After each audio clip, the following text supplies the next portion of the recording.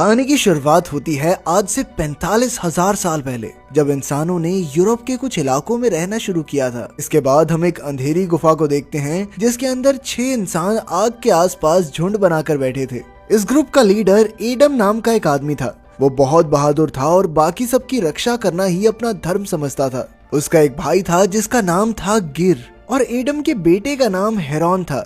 वो तीनों एक दूसरे के काफी करीब थे और हमेशा इकट्ठे रहते। इसके साथ उनके ग्रुप का सबसे बूढ़ा आदमी था ओडल, जो हर वक्त किसी न किसी बात पे मुंह फुलाए रहता था। इसके अलावा एव नाम की एक प्रेग्नेंट औरत थी जो एडम की पत्नी थी, और उनकी आखिरी साथी थी बेया नाम की एक जवान लड़की। कुछ समय पहले जब एडम का ग्रुप जंगलों में भटक रहा था तो उनकी मुलाकात बेया से हुई और तब से ही वो उनके साथ थी। शुरुआत में तो सबने उसे बराबर का दर्जा और अच्छा खाना दिया, मगर अब तो वो बेया से ही सबसे ज्यादा काम करवाते थे। उनकी टोली में शायद गिर ही था जो बेया से ढंग से बात करता था, क्योंकि शायद वो उसे पसंद करने लगा था। खैर, इस वक्त उनकी टोली की हालत बहुत ज्यादा खराब थी, क्योंकि उन्होंने कई दिनों से कुछ नहीं खाया था। इसी वजह से वो सब काफी कमजोर हो गए थे और सबसे ज्यादा असर तो एव पर हुआ था, क्योंकि ये उसकी प्रेगनेंसी का 7वां महीना चल रहा था। अगली सुबह जैसे ही सूरज उगा, उन्होंने अपना सामान बांधा और आगे के रास्ते पर निकल गए।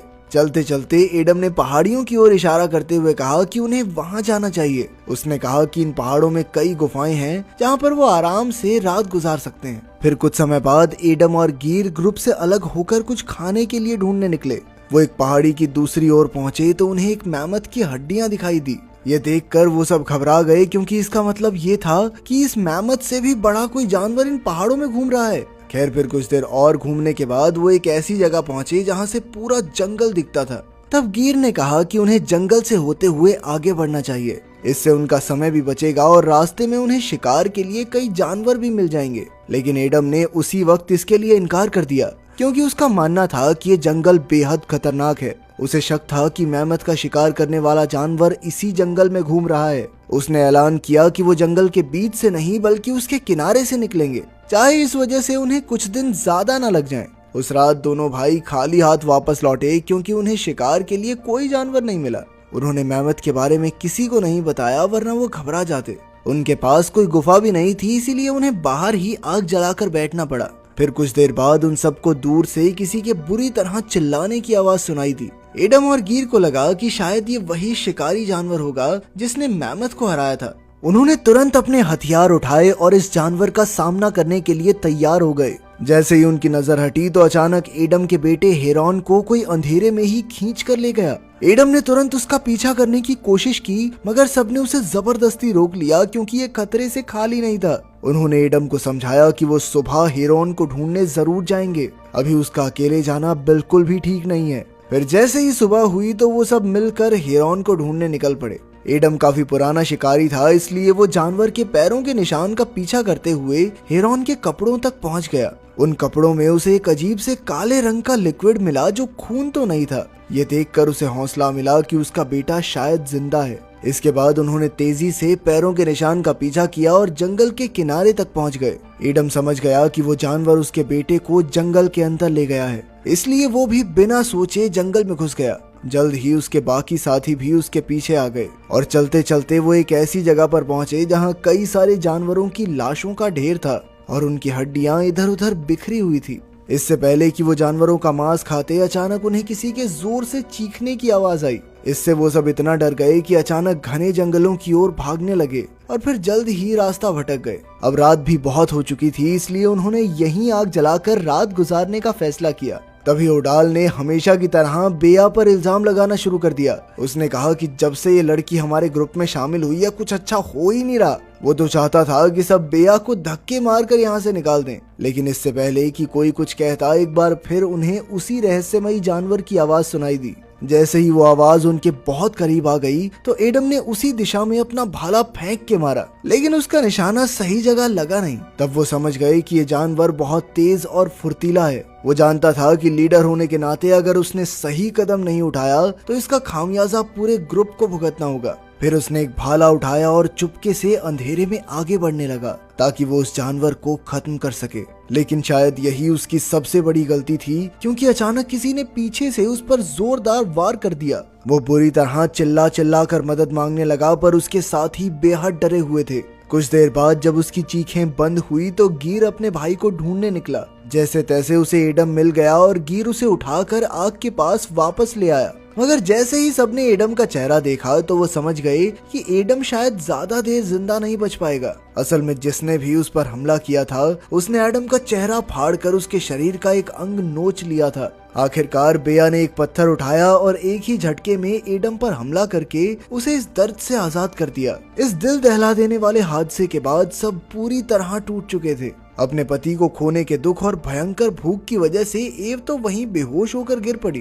तभी बेया ने कहा कि उन्हें एडम का मांस खाकर अपनी भूख मिटा लेनी चाहिए। ये सुनकर सभी हक्के बक्के रह गए, पर अब उनके पास कोई और चारा नहीं था, इसलिए आखिरकार वो सब मान ही गए। बाकी सबने तो जैसे तैसे खाना खा लिया, मगर गिर अपने ही भाई का मांस खाने की हिम्मत नहीं जुटा सका। फिर अगली सुबह उठकर गिर ने लीडर का जिम्मा संभाला और उन्हें इस जंगल से सही सलामत बाहर निकालने का वादा किया। मगर काफी घंटों तक चलने के बाद भी वो आखिरकार उसी जगह पर आकर खड़े हो जाते। तब उडाल अपने अंधविश्वास की नई कहानी बुनकर कहने लगा कि वो रहस्यमयी जानवर उन सब में से किसी को नहीं छोड़ेगा, क्योंकि वो सभी बिन बुलाए उसके इलाके में घुस आए हैं। जब बाकियों ने पूछा कि इसका हल क्या है तो उडाल कहने लगा कि उन्हें किसी एक की बलि चढ़ानी होगी। ये देखकर सभी बेया की ओर देखने लगे, क्योंकि वो तो बाहर से आई थी। फिर अचानक उन सब ने बेया को जबरदस्ती पकड़कर बांधने की कोशिश की। इसी जद्दोजहद में बेया ने गिर को लात मारी, जिससे उसका सर एक पत्थर से टकरा गया और वो वहीं पर बेहोश हो गया। अंत में उडाल और एव ने जैसे तैसे उसे एक पत्थर से बांध ही दिया। इसके बाद उडाल ने उस राक्षस को आवाज लगाते हुए कहा कि वो बेया को खा सकता है। कुछ ही पलों में दूर से वही भयानक चीजें सुनाई देने लगी। उडाल तो इतना डर गया कि वो उसी जगह पर जम गया और तभी बेया को भागने का मौका मिल गया। अब उडाल और एव के पास कोई दूसरा चारा नहीं था, इसलिए उन्होंने अपने हथियार निकाले और राक्षस का सामना करने के लिए तैयार हो गए। मगर ऐन वक्त पर उडाल ने एव के ही पेट में चाकू घोंप दिया और चिल्लाने लगा ताकि राक्षस उसकी बजाय एव को खा जाए। लेकिन तभी एव ने अपना पूरा जोर लगाकर उडाल को धक्का दे दिया, जिससे उसकी टांग टूट गई। अब वो दोनों ही बुरी तरह जख्मी थे। इसके बाद हम गियर को देखते हैं, जो अब होश में आ चुका था। उसने उठकर अपने साथियों को ढूंढा, लेकिन वहाँ की घनी धुंध में उसे कुछ दिखाई नहीं दे रहा था। खैर कुछ देर बाद वो उडाल तक पहुँच गया, जो जमीन पर पड़ा हुआ था। गैर उसकी ओर बढ़ा, पर अचानक किसी ने उसे जमीन पर खींच लिया। असल में ये बेया थी, जो उस रहस्यमयी जानवर पर नजर रखे हुए थी। कुछ ही पलों में वो जानवर उडाल के ऊपर चढ़ गया और उसी पल उडाल की जान निकल गई। अब बेया ने खुद इस जानवर का सामना करने का फैसला किया। उसने गियर को मोहरा बनाकर उस जानवर को लुभाया और जैसे ही वो जानवर उसकी ओर आया तो बेया ने पीछे से उस पर जोरदार हमला कर दिया, जिससे वो जमीन पर आ गिरा। फिर बेया ने उसके चेहरे का नकाब उतारा तो उसके पैरों तले जमीन खिसक गई। जिस जानवर से वो अब तक घबरा रहे थे वो कोई और नहीं बल्कि एक निएंडरथॉल औरत थी। वो दोनों कुछ पलों के लिए एक दूसरे को घूरती रही और फिर अचानक निएंडरथॉल औरत चिल्लाते हुए वहाँ से भाग निकली।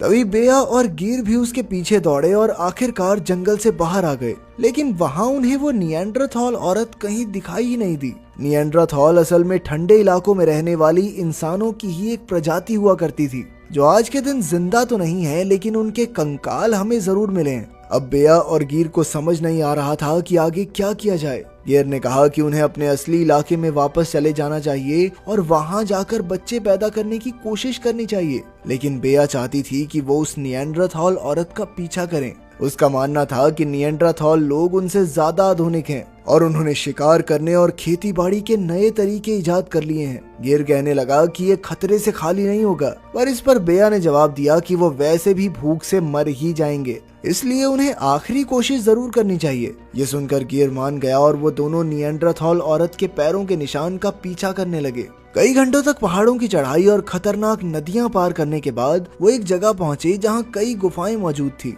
अब उन दोनों ने अलग अलग दिशाओं में जाने का फैसला किया। जैसे ही बेया एक गुफा में घुसी तो अचानक एक निएंडरथॉल आदमी ने उस पर हमला कर दिया।